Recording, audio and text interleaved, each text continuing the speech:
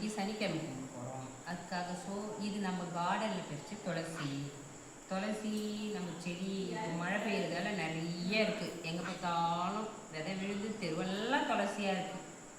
அதனால் அவருக்கு பெருமாளுக்கு துளசி மாலை கட்டிட்டோம்.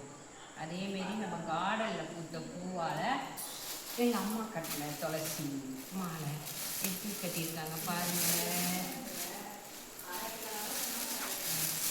அந்த பெருமாளே இறங்கி வந்துடுவார் எங்கள் அம்மா கட்டியிருக்கிறது பார்த்தா.